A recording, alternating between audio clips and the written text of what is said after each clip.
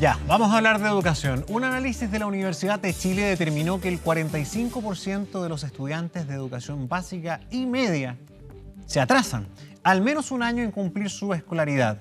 La mayor cantidad de los rezagados está, desgraciadamente, en el sistema público. Queremos hablar de toda esta situación bastante preocupante. Por supuesto, estamos con Carlos Guajardo, que es académico de la Facultad de Educación de la Universidad Central. Carlos, ¿cómo está? Bienvenido. Hola, Gonzalo. Muy bien, gracias. Bueno, importante el estudio que ha hecho el CIADE de la Chile en términos de lo que está ocurriendo con los estudiantes chilenos. 55%, un poquito más de la mitad, logran completar la educación básica y media en el tiempo que corresponde, que son 12 años. Así es.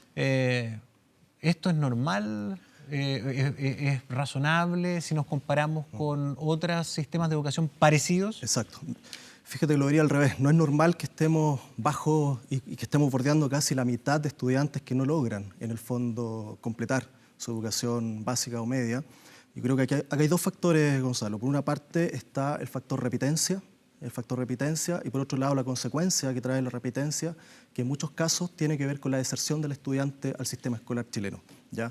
La repitencia siempre está asociada a factores externos e internos.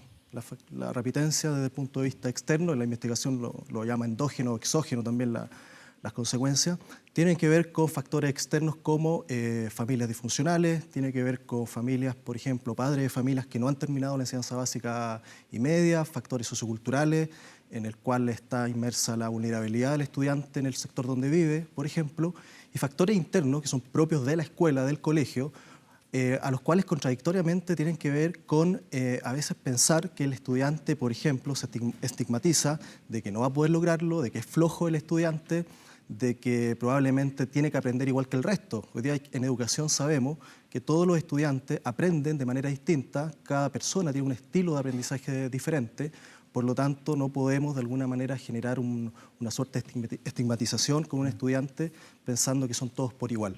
Por lo tanto, esos factores por lo general son siempre los que conllevan después a la consecuencia de la deserción. ¿Esto se ha mantenido en el tiempo? ¿Esto ha mejorado? ¿Ha empeorado? Si lo comparamos con, no sé, lo que pasaba en el sistema escolar chileno hace 20 años, para tener un parámetro. Lo digo porque las cifras son las siguientes. O sea, un tercio de los alumnos chilenos se atrasa entre 1 y 2 años. Así es. Entre 1 y 2 años, el 32,24%. Un 13,23% atrasado más de 2 años. Así es. ¿Hemos mejorado? ¿Se ha mantenido o ha empeorado? No es nada nuevo. No es nada nuevo. Está dentro del comportamiento. Está dentro que del tampoco es comportamiento. bueno, porque me imagino que mientras se avanzan en los años debería ir mejorando la cosa. Exactamente. Inclusive hay un decreto hoy día que señala de parte del Ministerio de Educación que los establecimientos educacionales solo pueden dejar repitiendo a un estudiante por excepción. Ya se entiende por excepción a aquellas razones que tienden a ser solamente pedagógicas. Hoy día un estudiante que va a repetir se toma la decisión de manera colegiada, con el consejo de profesores, con el director del colegio, el jefe técnico, ¿ya? No como antes, que la repitencia era asociada solamente a una decisión totalmente unidireccional, donde el estudiante, por no cumplir con ciertos promedios, por no cumplir con un promedio general... Tenías dos rojos, no pasabas, tenías un promedio bajo 5, por ejemplo, tampoco podías pasar. Hoy día lo que señala el decreto es que debe ser colegiada la decisión. Hoy día tiene que elaborarse un informe luego de que luego que ese consejo colegiado tomó la decisión de que ese estudiante en el fondo tiene que seguir repitiendo. ¿Cuáles son los beneficios y los pros y los contras de esto? Porque algunos verán que, claro, esa mayor flexibilidad permite atender todas estas multifactores que no se consideraban antes, con algo mucho más salomónico. Sin embargo, otros dirán, bueno, así estamos, pues está cada vez menos exigente, entonces como hoy día nadie queda repitiendo, a nadie le pasa nada, el esfuerzo es cada vez menor. Exactamente. En lo positivo, el que se tome una decisión más bien colegiada con el colegio, con todos los profesores y el directorio y el jefe técnico del colegio a la hora de elaborar este informe, permite de alguna manera hacer que el estudiante al año siguiente tenga un apoyo de alguna manera interdisciplinar, donde jueguen aquí no solamente el profesor jefe, sino que también esté a disposición los programas de integración escolar, la educadora diferencial, el psicólogo del colegio. Yo ya te señalaba en un principio de que hay factores externos, a veces hay muchos factores que en el fondo no tienen que ver solamente con que al estudiante le va mal por razones académicas, porque le cuesta una asignatura, sino que además tienen que ver con que hay una serie de dificultades detrás que tienen que ver con problemas familiares, que tienen que ver con que muchos estudiantes, incluso la enseñanza media, que han repetido varias veces, tienen ya 18 años y la familia incluso tiene problemas serios económicos al interior de su familia y tiene que entrar a trabajar, lamentablemente, ese estudiante. Es que ahí está tal vez el punto que me parece más relevante en términos macro, porque acá no estamos hablando de que estos son fríos números para saber si estamos cumpliendo con la OCDE o con el CIMSE o con la prueba tanto. No, acá estamos hablando de efectos que pueden ser tremendamente nefastos para nuestro desarrollo social. Así es. O sea, ¿cuán importante o cuán negativo más bien es que un niño tenga una deserción? Y si partimos antes, con un atraso ya hay más riesgo de deserción. Así es. El que queda repitiendo. El que queda un año fuera, probablemente muy chico va a entrar a trabajar. Así es. Pero finalmente son ciudadanos que desde un tramo muy inicial quedan excluidos de la sociedad. O sea, van quedando cada vez más marginados, entonces tienen menos oportunidades. Así es, Gonzalo. Estos son temas que son muy relevantes de desarrollar. Así como hace una semana atrás hablábamos de las movilizaciones de los profesores, hoy día estos temas son los que hay que relevar en materia de educación, porque en el fondo, como tú dices, una persona, un individuo que se va retrasando en su periodo escolar normal y que después en el fondo termina realizando exámenes libres o exámenes o sometiéndose a una educación de adulto en la noche, donde probablemente y generalmente hay personas de mayor edad que ese estudiante, estoy hablando de un estudiante de 18, 19 años, versus adultos, ¿ya? En el fondo se ve también en desmedro respecto del contexto sociocultural que ahí existe, inclusive. El retraso genera eso, desmotivación, no querer volver al colegio, no querer tener un desgano, tener una desmotivación por el sistema educacional, en el fondo una desmotivación general por no querer volver a la escuela, digamos. Por lo tanto, hoy día hay muchos países que determinan otras opciones cuando un estudiante queda repitiendo. Acá en nuestro sistema, si un estudiante repite el año completo. Pero, por ejemplo, hay países como Finlandia, como Canadá, por ejemplo, países como Japón, donde el estudiante solamente repite la asignatura en la cual le va mal. Y es esa la asignatura sobre la cual se le va a nivelar al año siguiente. Pero no se genera, en el fondo, algo tan lapidario, que es hacerlo repetir un año completo y que va a implicar un año completo de retraso, se va a atrasar en su año, hay todos factores psicológicos, biológicos, donde el estudiante también tiene que ir atendiendo según su edad, según su aprendizaje. Además, es bien difícil cuando se empiezan a producir las repitencias, los atrasos, que después se quieran volver a reinsertar, porque hay un factor generacional de rechazo, ¿no? De burla, bueno, ya sabemos, el bullying y todo eso, entonces como que después hay un desincentivo, a los mismos jóvenes les da lata volver.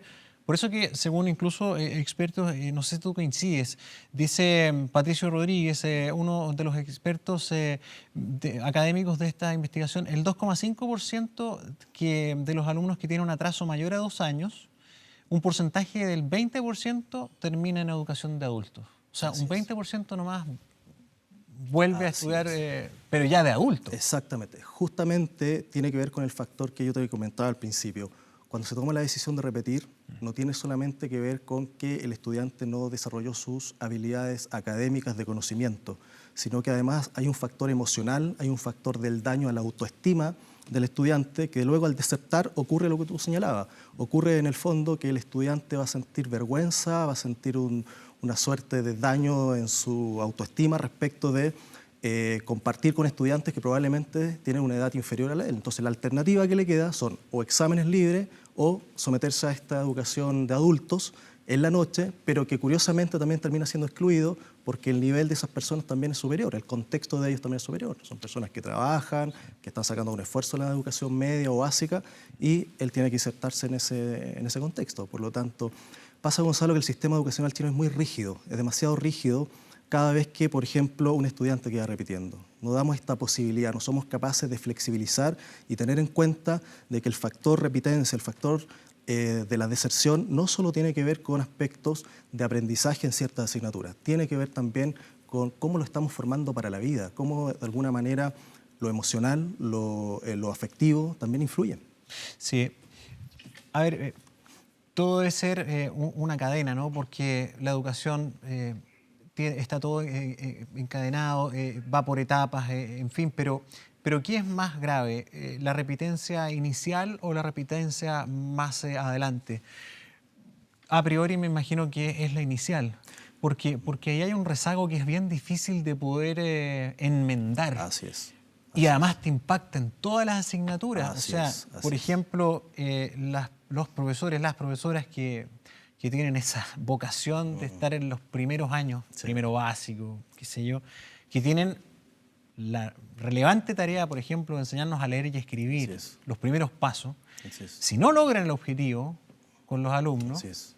ese alumno quedó rezagado total del resto y no va a entender más adelante lo que le están escribiendo en el pizarrón en historia, no va a tener una comprensión de lectura, no se va a, o sea, queda en un desmedro absoluto. Absolutamente. ¿Hay tiempo hoy día para poder atender a esos rezagados?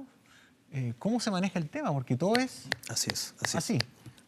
Ahí está el tema de la flexibilidad, ahí está el tema de la rigidez del sistema escolar chileno. Nuestro país, en América Latina, yo diría hasta en el mundo, es el sistema escolar que tiene más cantidad de horas en el sistema escolar chileno. ¿Sí? El estudiante está desde las 8 de la mañana hasta las 3:30, hasta las 5 de la tarde inclusive, que hace en el fondo brindar una poca flexibilidad respecto de lo que se pudiese hacer en la tarde con el estudiante. Esta reforma educacional, que en el fondo tenía una propuesta muy distinta al principio, la jornada escolar completa, hoy día se desvía un poco, sigue existiendo en las tardes más academia, más asignatura, poco reforzamiento, poco apoyo a los estudiantes. ¿Nos hemos transformado en un sistema más de guardería que de instrucción? Academicista, totalmente. No, en el claro. sentido que a lo mejor hoy día, nos acomoda el sistema, porque todos trabajamos todo el día, a lo mejor que los chiquillos estén hasta las 5, ojalá a 6 de la tarde, nos permite que ya volvamos después de la pega y podamos... Así es, así es. Pero uno se pregunta, a ver, bueno, pero de todo el día que están, ¿cómo tenemos estos resultados? Exactamente. O sea, en otros estudios vemos que, por ejemplo, hay un porcentaje importantísimo de alumnos que terminan el cuarto medio y no manejan ni la escritura, ni la ortografía adecuada, ni la comprensión lectora, incluso los que postulan a pedagogía. Exactamente. Esto, Gonzalo, incluso se está extrapolando ya a la educación superior, porque en el fondo estas consecuencias que tú dices, que no hay manejo de la comprensión lectora, problemas de redacción, problemas de ortografía, son consecuencias de lo que viene para atrás. Lo que tú decías en un principio, en ninguno de los casos es positivo que los estudiantes se retrasen, ni en la enseñanza media ni en la enseñanza básica. Obviamente que la enseñanza inicial es lo principal. Un estudiante que se retrasa en los primeros años de la escolaridad, primero básico, segundo básico, es fatal para lo que viene a continuación.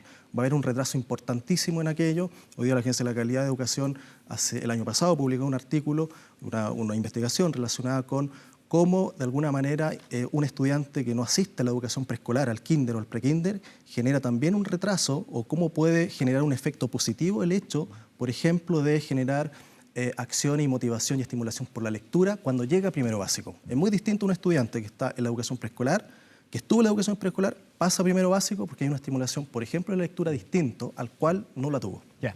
Tenemos el diagnóstico, ya. Es súper preocupante en tantos frentes que hemos hablado, pero ¿cómo se puede abordar y qué se puede aplicar para mejorar esto? Por ejemplo, hay algunos expertos que hablan de que es bastante deseable hacer segmentación de niveles de instrucción. O sea, por ejemplo, que en la sala, como en todo lo humano, hay distintas capacidades. Así es. Hay grupos más avanzados, otros normal, otros que les cuesta más. Así es. ¿Vale la pena hacer esa segmentación, dividirlos por grupo para poder hacer más eficiente el trabajo, más dedicado, Claro. más intensivo cuando lo amerite? ¿O ahí te enfrentas también al tema de la segregación? De la segregación y ¿verdad? Así todo es. lo que significa. Hay que ser cuidadoso porque el punto clave está en la estrategia que el profe va a utilizar. ¿Cuál es la estrategia metodológica, la estrategia evaluativa? Hoy día en inclusión, en educación, se habla mucho de adecuar el currículum de acuerdo a las necesidades de los estudiantes. ¿Ya? Algunos pueden aprender de manera mucho más concreta, otros quizás son mucho más abstractos. Desde esa perspectiva, en la suerte de la segmentación hay que tener ojo, porque si aplicamos una suerte de estrategia metodológica, donde claro, vamos a trabajar en equipo, pero a la vez estamos segmentando, va a ser complicado, porque algunos van a aprender de esta forma, otros de otra forma, está bien, pero ojo también con que el contenido del aprendizaje se desvíe y no sea igual para todos, ¿ya? Lo importante acá es lo que tú señalabas, en el fondo determinar que cada estudiante tiene un estilo de aprendizaje distinto. Hoy día lo que ocurre, por lo general, no en todos los colegios, pero se tiende a generalizar a todos los estudiantes. Hay 45 estudiantes, 38 estudiantes en una sala de clase y todos tienen que aprender de la misma forma, porque no hay espacio en la sala de clase, porque los profesores no han sido capacitados en adecuaciones curriculares, no han sido capacitados en adecuar las evaluaciones para los estilos distintos que hay en esa sala. Bueno, ¿cuál es la alternativa? Formarlos y educarlos a Esto todos por igual. De siempre, cuando yo estaba en el colegio por lo menos lo mismo, éramos 46 Así es. y no había distingo. No, todos no hay por ninguna igual. diferencia. Así es. En fin, Bueno, vamos a seguir hablando de este tema y gracias por venir para abordar al menos este aspecto, ¿no?, de la repitencia, de la decisión que está incluido en este estudio de la Chile. Perfecto. Gracias, Carlos. Gracias, Muy Gonzalo. buenos días. Buenos días.